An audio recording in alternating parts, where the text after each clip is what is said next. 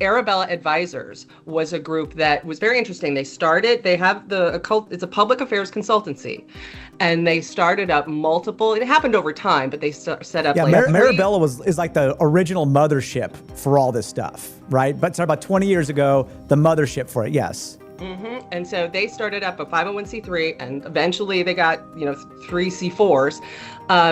But foundations, Gates Foundation, Soros, a lot of these big billionaires give money directly to either Arabella or to one of the nonprofit groups.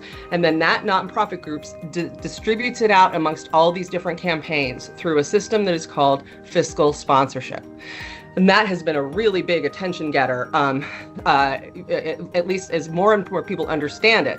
What happens is that I'll use a good version of it because it can be used for good. Let's say a local food bank gets started, or someone wants to start a local food bank.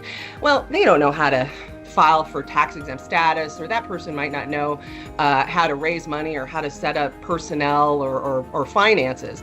So they might find another nonprofit that shares its same mission, that shares its same goals, and say, hey, if we can use your tax exempt status, can we operate? And if someone wants to give us money, they give it to you, but you turn around and give it to us, and we'll pay you a little bit of maybe an 8% fee, a 10% fee, whatever.